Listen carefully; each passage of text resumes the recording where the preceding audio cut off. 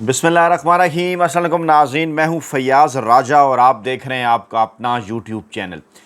दोस्तों, वफाकी हुकूमत इस्लामाबाद और रावलपिंडी से मजदूर सहाफ़ी के ज़राए से ख़बरें, मालूमात और उन पर फिर हमारा तज्ज़िया और तबसरा। आज की सबसे बड़ी और लेटेस्ट डेवलपमेंट लें जनाब। नवाज शरीफ की पुरस्रार खामोशी किसी नए तूफ़ान का पेश खैमा साबित होने जा रही है। ज़राए ये दावा कर रहे हैं कि मियाँ नवाज शरीफ साहब की जानिब से बाकायदा तौर पर साफ साफ इनकार शहबाज शरीफ की इस दरख्वास्त से कर दिया गया है कि वो लंदन में पाकिस्तान की अहम तरीन अस्करी शख्सियत से मुलाकात करें। नवाज शरीफ साहब की जानिब से शहबाज शरीफ साहब को पैगाम दे दिया गया है कि अब वक्त आ गया है कि पाकिस्तान की मौजूदा अस्करी क़यादत को, पाकिस्तान के मौजूदा आर्मी चीफ को, पाकिस्तान के मौजूदा फील्ड मार्शल को खुदा हाफिज कह दिया जाए। बदलते हुए हालात के अंदर शहबाज शरीफ साहब की स्विट्ज़रलैंड के शहर जिनीवा में एक हंगामी लैंडिंग हुई है, क्योंकि नवाज शरीफ साहब की जानिब से ये कहा गया था कि वो जिनीवा से अब बराह रास्त इस्लामाबाद जाएंगे, वो लंदन नहीं जाना चाहते, यानी लंदन नहीं जाऊंगा, ऐसा कहा गया था शहबाज शरीफ साहब के करीबी हलकों की जानिब से। और अब इस बात का दावा किया जा रहा है पाकिस्तान के बाखबर हलकों की जानिब से कि इमरान खान साहब की जो एक कमिटमेंट है आइन, कानून और जमहूरियत के साथ, जिस तरह से बहादुरी के साथ इमरान खान साहब ने अडयाला जेल काटी है और डेथ सेल में बैठकर भी किसी किस्म की डील से साफ इनकार कर दिया है, इमरान खान साहब के इस इनकार ने लंदन प्लान 2 को उड़ा कर रख दिया है। शहबाज शरीफ साहब जिन्होंने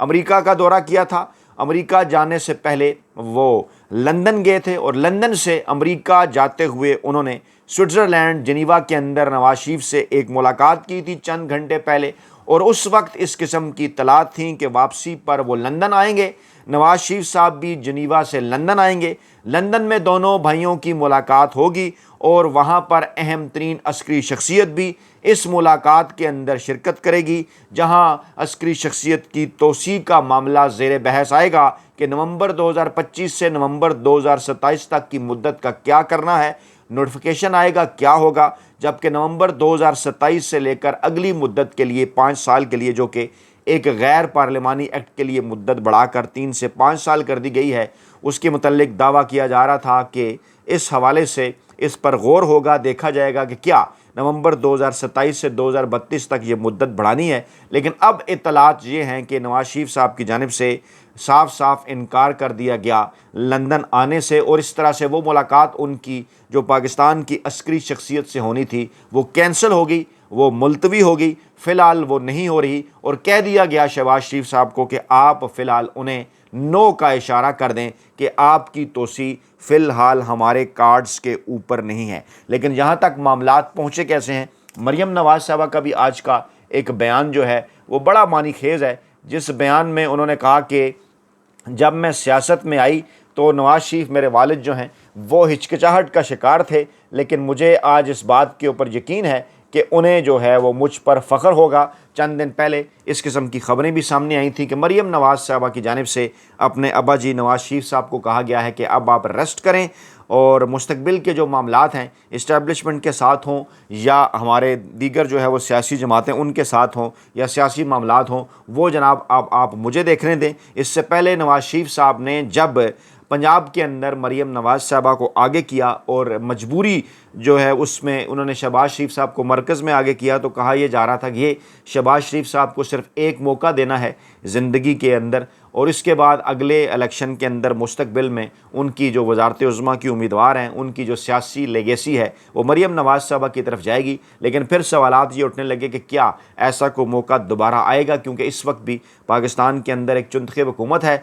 और शहबाज शरीफ साहब को जो डेफिनेटली इक़्तिदार दिया गया वो जनाब उसमें इलेक्शन तो नहीं जीते थे, वो तो फॉर्म 47 का इक़्तिदार है। और शहबाज शरीफ साहब भी एकदम से सीट पर इसलिए जाके बैठ गए कि पता नहीं आगे चलकर हमें इस किस्म का कोई मौका मिलता है या शरीफ ख़ानदान की जो सियासत है वो जनाब हमेशा के लिए दफन हो जाएगी। मरियम नवाज़ साहबा ने पूरी कोशिश की है जनाब पंजाब के अंदर कि उसको लॉन्चिंग पैड के तौर पर वो इस्तेमाल करें, और अभी जिस किस्म की एक टिक टाक किस्म की कारकर्दगी का मुजाहरा वो पंजाब के अंदर सैलाब के दौरान कर रही हैं, वो किसी को एक आँख नहीं भा रहा। पीपल्स पार्टी भी बोल पड़ी है, बिलावल भुट्टो जरदारी साहब की भी लॉन्चिंग चाहते हैं। आसिफ जरदारी साहब वो इस्टेब्लिशमेंट को बार बार पैगामात पहुँचा रहे हैं कि अब जनाब वक्त आ गया है कि मरीम नवाज़ और नवाज शरीफ साहब से जान छुड़ा कर आइंदा के लिए ये जो सेटअप है, अगर इसी हाइब्रिड सिस्टम को आगे चलाना है तो ये जनाब हमारे हवाले किया जाए। चंद दिन पहले नदीम अफजल चंद साहब की जानिब से इस किस्म की खबरें भी जो पीपल्स पार्टी ने चलवाई कि हमें तो पहले भी ऑफ़र की गई थी इस्टेब्लिशमेंट की जानिब से कि पहली मुद्दत आप ले लें, यानी इस हाइब्रिड रजीम का जो पहला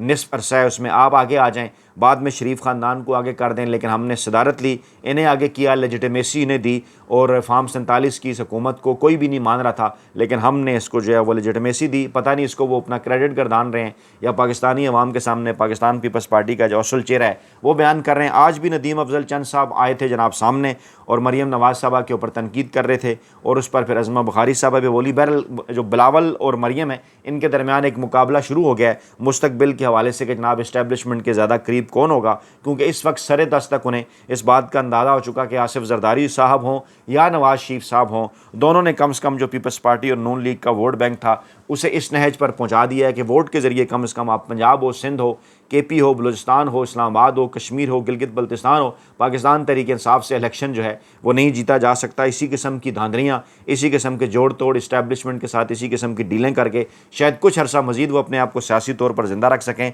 लेकिन फ़िलहाल ऐसा जो है वो नज़र नहीं आ रहा। अब यहाँ पर जनाब मामला है क्योंकि तोसी का पीपल्स पार्टी जनाब इस शर्त के ऊपर इस तमाम तर मामले में साथ देना चाहती है पाकिस्तानी इस्टेब्लिशमेंट का कि मुस्तकबिल के अंदर अगर बिलावल भुट्टो जरदारी साहब को कोई ग्रीन सिग्नल दिया जाए मरकज़ की सतह के ऊपर, क्योंकि सिंध की सतह के ऊपर अगर उनको इंट्रोड्यूस कराना होता तो वो कराया जा चुका होता, लेकिन वहाँ पर बिलावल भुट्टो जरदारी साहब को वज़ीर आला सिंध के तौर पर आगे नहीं किया गया, बल्कि वजारत ख़ारजा पिछले हाइब्रिड रजीम में उनके हवाले की गई थी और उनकी ट्रेनिंग करवाई गई थी, उनके दौरे भी करवाए गए थे और अब नज़र है आसिफ जरदारी साहब की मरकज़ के ऊपर। लेकिन यहाँ पर क्योंकि नवाज शरीफ साहब की भी नज़र सिर्फ मरीम नवाज साहबा के हवाले से अभी नहीं है, बल्कि इत्तलात जो आ रही हैं कि नवाज शरीफ साहब इससे पहले के मामलात को मरीम के हवाले करें इसी मुद्दत के अंदर, क्योंकि उन्हें इस बात का एहसास हो चुका कि शायद वोट के ज़रिए अब शायद वो दोबारा कभी वज़ीर-ए-आज़म ना बन सकें। इससे पहले भी खैर वो वोट के ज़रिए तो नहीं बनते रहे, इस्टेब्लिशमेंट की मदद उनके पीछे रही, लेकिन अब जिस तरह से उनके नाम के ऊपर कांटा लगा, जिस तरह से उन्हें इस्तेमाल किया गया, जिस तरह से पहले उन्हें झाड़ पूंछ कर लाया गया, कहा उन्हें यह गया था कि जनाब आपको वज़ीर-ए-आज़म बनाएंगे,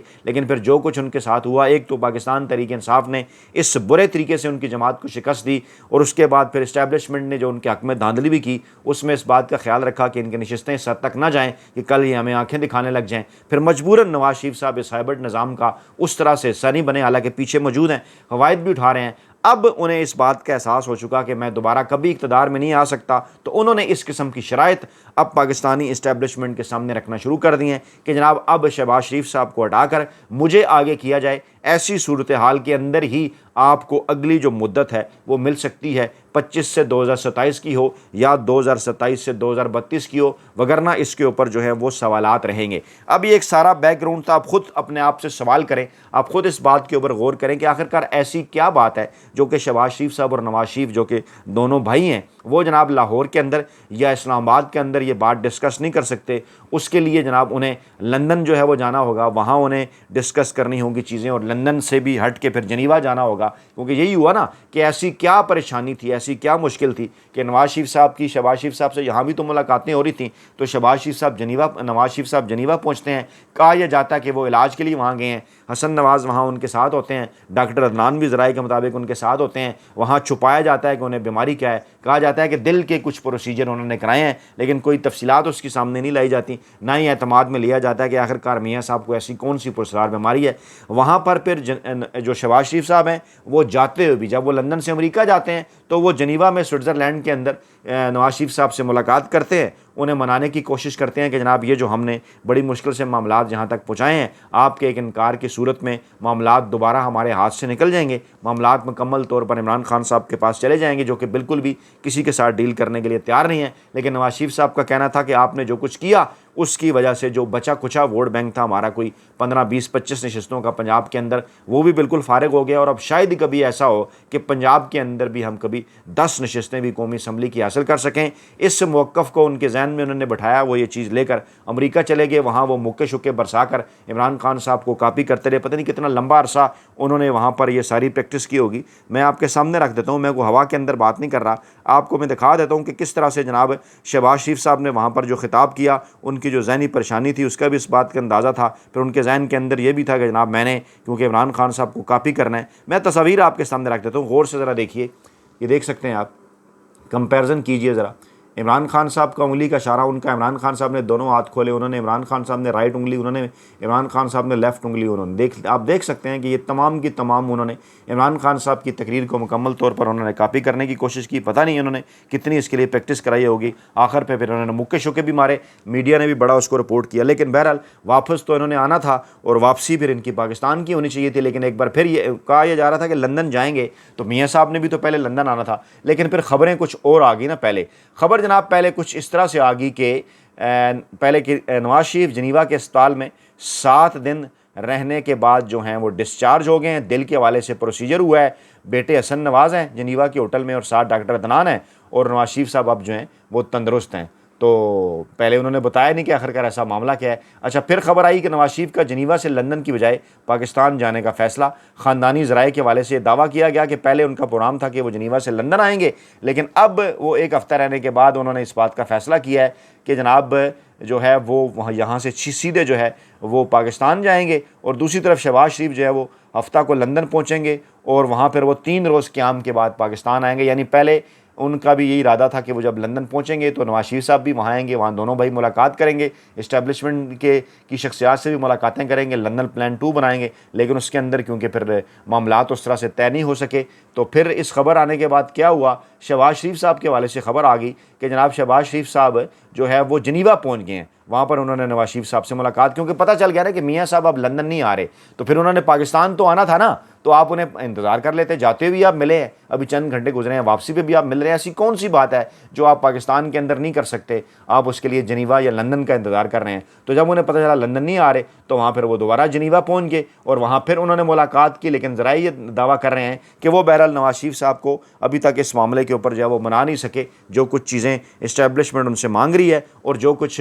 मियाँ नवाज शरीफ साहब इस्टेब्लिशमेंट से मांग रहे हैं, शहबाज शरीफ, दोनों के दरमियान जनाब इस वक्त वो एक बने हुए चक्कर लगा रहे हैं दोनों तरफ। लेकिन यहाँ पर उनकी तमाम वो जो है ना उनकी क्वालिटीज़ कहा जाता है कि जनाब बड़ा वो मना लेते हैं, इस मामले में वो अभी तक जो है वो ज़राए के मुताबिक कामयाब नहीं हुए। दूसरी जानिब ख्वाजा आसिफ साहब ने, वो जैसे कहते हैं ना कि दिल में अगर चोर हो तो आप ये बात करते हैं, उन्होंने एक बयान दिया है कि अमेरिका हमसे किसी किस्म के कोई मुतालबात नहीं कर रहा, सऊदी अरब हमसे किसी किस्म के कोई मुतालबात नहीं कर रहा। ये जो हालिया मुआहदे हुए हैं, तो भाई किसने ये बात पूछी कि सऊदी अरब या अमेरिका आपसे कोई मुतालबात कर रहा है, और अगर नहीं कर रहा तो आपको कहने की क्या ज़रूरत थी। लेकिन हमारे ज़राए का ये दावा है, सफारती ज़राए का, कि डेफिनेटली मुतालबात हैं, वो आ जाएंगे आस्ता आस्ता सामने। सऊदी अरब के भी मुतालबात हैं, अमेरिका के भी मुतालबात हैं। वो